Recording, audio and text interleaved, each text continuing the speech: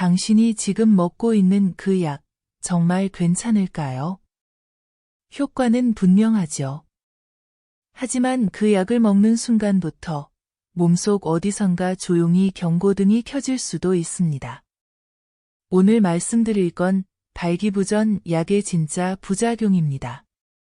그냥 머리가 아프다, 얼굴이 달아오른다, 이런 흔한 이야기 말고 실제 병원에서 보고되는 위험한 부작용들.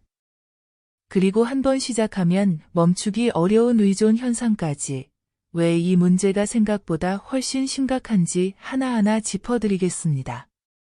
실제로 국내 50세 이상 남성 10명 중 3명은 발기부전 약을 한 번 이상 복용한 경험이 있다고 답했고, 그중 38%는 두통, 심기항진, 시야 흐림 같은 이상 반응을 경험했다고 응답했습니다. 더욱 심각한 건 그중 절반 이상이 부작용이 있어도 그냥 참고 복용을 이어가고 있다는 사실입니다. 효과에 대한 기대는 높지만 몸에서 보내는 위험 신호는 외면하고 있는 겁니다. 혹시 이 이야기에 마음이 닿으셨다면 댓글에 짧게라도 동의합니다 라는 말로 함께 해주세요. 다른 생각이 드신다면 주저하지 말고 들려주세요. 중년분들의 멋진 후반기 인생을 위하여 더 좋은 정보 많이 전달해드리겠습니다. 이제 본격적으로 말씀드리겠습니다. 발기부전 약을 먹었을 때 나타나는 부작용 중 가장 먼저 문제가 되는 건 바로 심장입니다. 이 약은 기본적으로 혈관을 억지로 넓혀주는 역할을 해서 혈액을 빠르게 아래쪽으로 몰리게 하는데, 그 과정에서 심장은 그 혈액을 밀어내기 위해 훨씬 강하게, 더 빠르게 뛰게 됩니다. 이게 평소엔 잘 느껴지지 않을 수도 있지만 심장 기능이 떨어지기 시작하는 중년 이후에는 큰 부담으로 작용하고, 특히 고혈압이나 당뇨, 고지혈증 같은 기저질환이 있는 분들에겐 이 혈류 조절의 변화가 심장에 직접적인 압박이 되면서 가슴이 갑자기 두근거리거나 숨이 차오르고 가슴 한가운데가 눌리는 듯한 통증을 호소하게 되며, 심한 경우에는 갑작스럽게 어지럼증이나 실신 증상이 나타나 병원에 실려가는 사례도 적지 않고, 실제로 병원 응급실에선 약 복용 후 심장이 견디지 못해 실려온 사례가 매년 반복적으로 보고되고 있다는 점에서 약 하나의 효과가 단지 아래를 세우는 것에만 그치지 않고 당신의 가장 중요한 장기인 심장 전체를 흔들 수 있다는 사실을 반드시 기억하셔야 합니다. 두 번째는 눈입니다.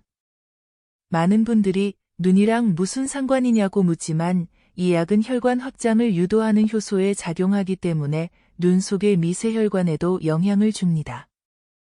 특히 망막 주변의 혈류 흐름이 변하면서 갑자기 시야가 뿌옇게 변하거나 초점이 흐려지고 밝은 불빛이 퍼져 보이는 증상이 생길 수 있으며, 어떤 분들은 형광등 불빛이 눈을 찌르는 것처럼 느껴지고 색이 이상하게 보인다며 흰색이 푸르스름하게 보이거나 화면이 전체적으로 어둡고 탁하게 느껴지는 경우도 있는데, 이걸 단순히 눈의 피로나 나이 탓으로 돌리면 반복적인 약 복용으로 인해 망막 자체가 손상될 수도 있고, 그 손상은 되돌릴 수 없다는 점에서 약을 먹고 나서 시야에 조금이라도 이상이 생긴다면 바로 반응하셔야 하며, 절대 가볍게 넘겨서는 안 되는 신호임을 명확히 아셔야 합니다. 세 번째는 계속 풀리지 않는 발기 증상입니다.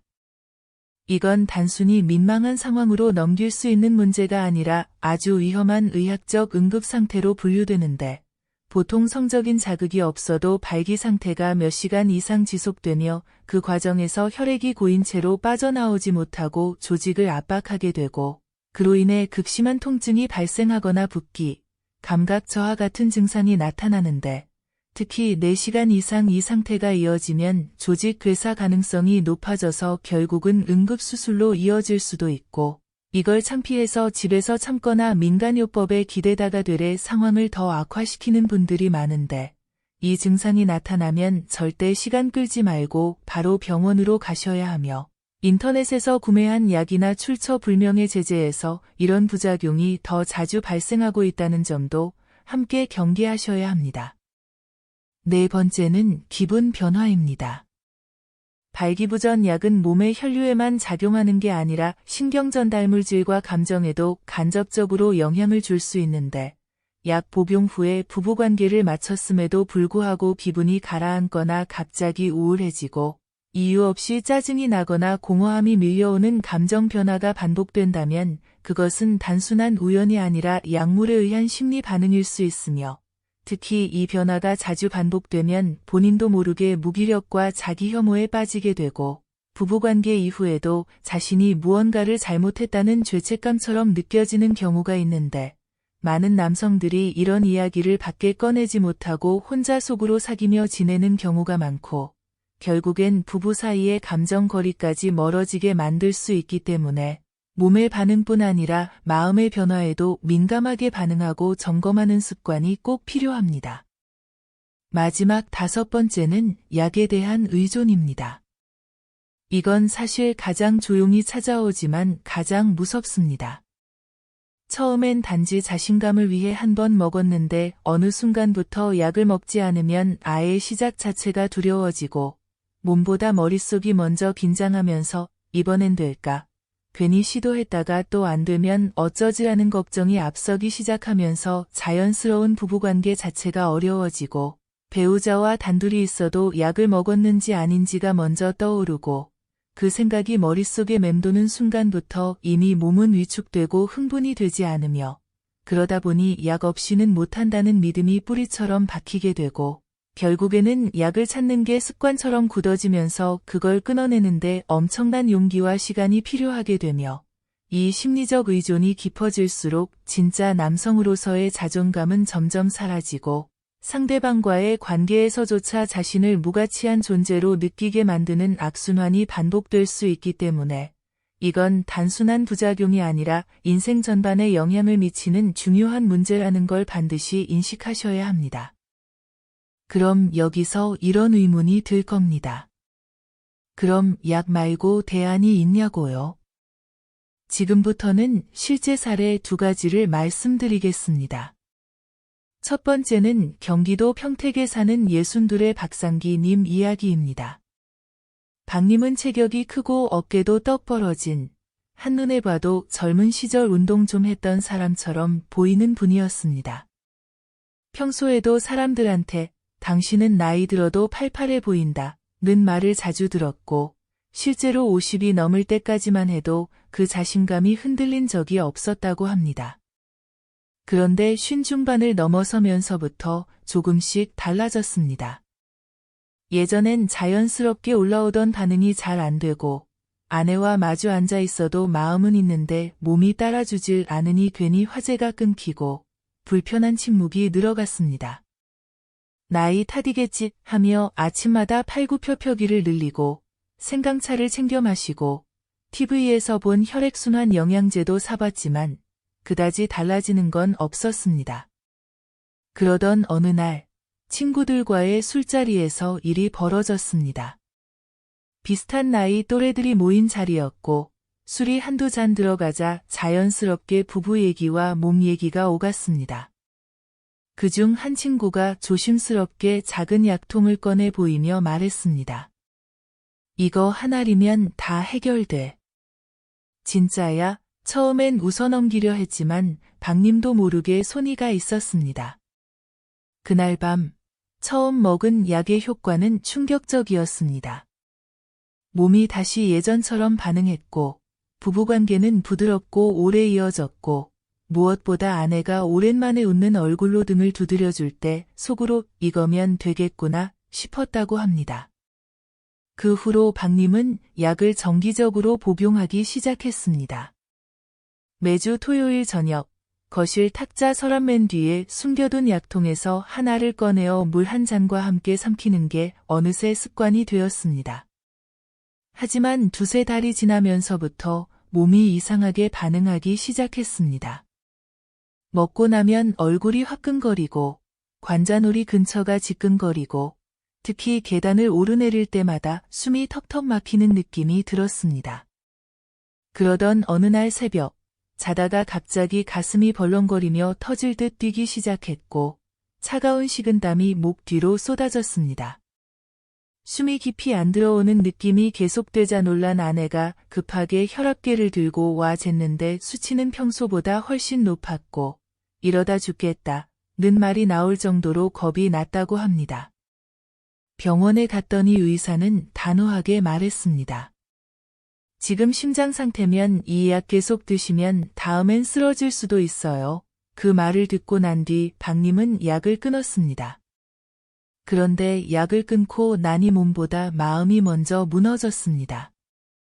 다시 부부관계를 시도해보려 해도 또 실패하면 어쩌지라는 생각이 먼저 들었고 아내가 아무 말 없이 등을 돌리면 괜히 위축됐습니다. 함께 있던 시간이 하나둘 줄어들고 집안은 어쩐지 조용하고 건조해졌습니다. 친구 약속도 하나둘 미뤘고 외출복을 입고 나가던 박님은 늘 내복 차림으로 하루를 보내게 됐으며 말수도 줄고 가족과 식탁에 마주 앉는 시간도 점점 짧아졌습니다. 그렇게 1년 가까이 부부관계를 피하며 지내던 중 아내가 조용히 상담을 권했습니다. 꼭 나을 병이 아니라도 한 번쯤은 이야기해보자는 말에 처음엔 자존심이 상했지만 결국 따라갔고 그때부터 심리상담과 재활운동을 병행하기 시작했습니다. 산책부터 시작해서 잠자기 전 스트레칭, 하루에 한 문장씩 자신의 기분을 적어보는 연습까지 천천히, 아주 천천히 박님의 상태는 바뀌어 갔습니다. 지금은 예전처럼 당당하진 않아도 약 없이도 부부 사이에 다시 정이 흐르기 시작했고 혼자 주눅 들어있던 눈빛에도 온기가 조금씩 돌아오고 있습니다. 박님은 조용히 이렇게 말했습니다. 약 때문에 잃은 게 너무 많았어요. 다시 나를 믿는다는 게 그게 이렇게 어려운 일인 줄 몰랐습니다. 두 번째는 서울 구로동에서 직장 생활을 하고 있는 57살 정한수님 이야기입니다. 정님은 평생을 한 회계팀에서 묵묵히 일해온 성실한 가장이자 세 아이를 다 키워낸 책임감 있는 아버지였고 회사에선 말수는 적지만 믿음직한 사람으로 통했으며 집에서도 조용하고 성실한 남편이었습니다. 퇴직을 2년 앞두고 업무 부담은 줄었지만 어느 순간부터 아내와의 부부관계에서 자신감이 서서히 사라지는 걸 느꼈고 반응이 늦어질수록 말수가 줄고 아내의 눈빛조차 의식하게 되는 자신을 보며 당황스럽고 초조한 기분이 밀려왔다고 합니다. 그런 감정을 누구에게도 털어놓지 못한 채 인터넷을 뒤지던 중 광고에서 보던 약을 결국 스스로 주문해 복용하게 되었고 처음엔 효과가 분명했습니다.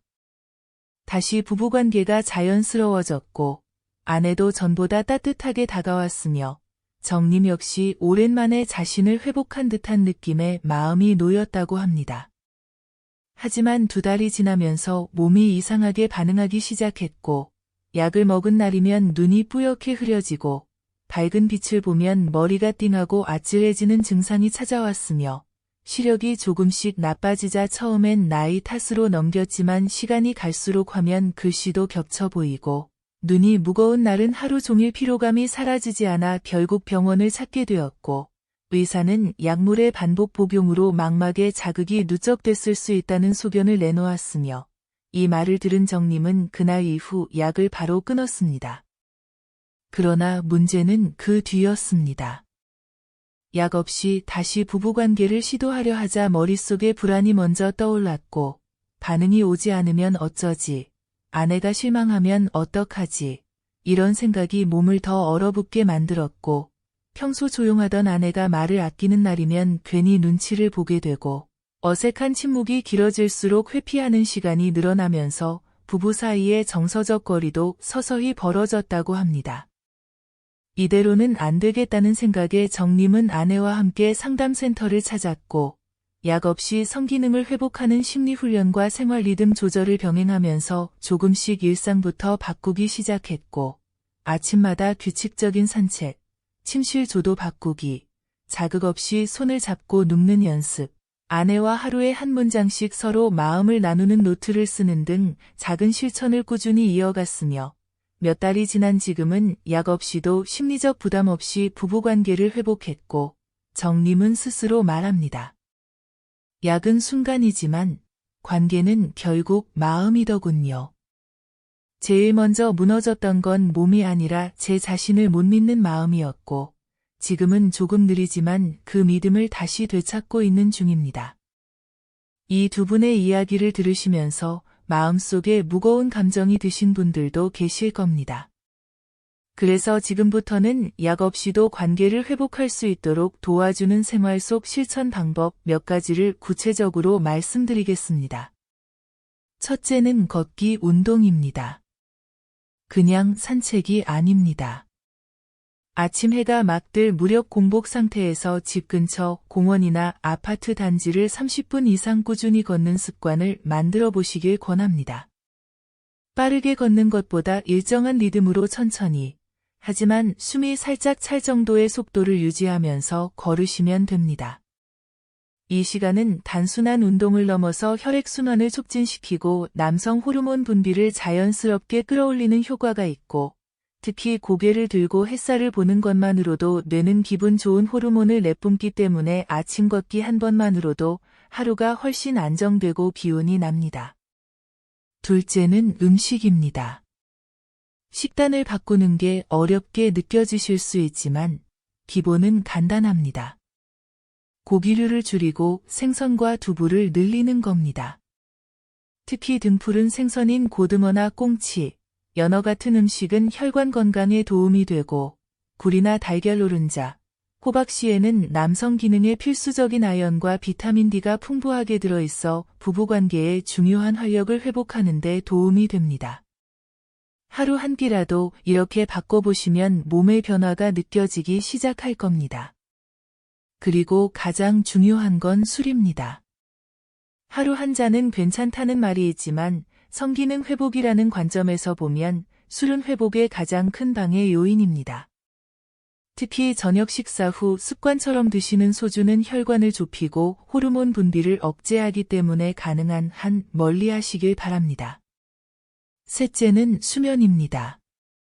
잠이 보약이라는 말은 그냥 옛말이 아닙니다. 하루에 최소 7시간 이상 숙면을 취하는 것만으로도 테스토스테론 수치가 눈에 띄게 증가하고 피로 회복은 물론 성적인 감각도 회복되기 시작합니다. 특히 밤 10시부터 새벽 2시까지는 호르몬이 가장 활발히 생성되는 시간대이기 때문에 가능하다면 이 시간에 깊은 잠을 자는 습관을 들이시는 게 좋습니다. 스마트폰을 침대에 두지 말고 잠들기 전 30분은 조용한 음악이나 짧은 명상으로 뇌를 안정시켜주는 루틴을 만들어 보세요. 넷째는 감정입니다. 대부분의 중년 부부는 말없이 지냅니다. 하지만 말이 줄어든다는 건 감정의 교환도 멈춘다는 뜻이고, 그 틈이 점점 커지면 몸의 거리도 멀어지게 됩니다. 아내에게 먼저 말을 거는 연습을 해보십시오.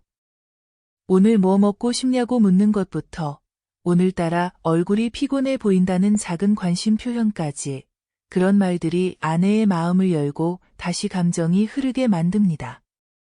손을 잡는 것도 좋습니다.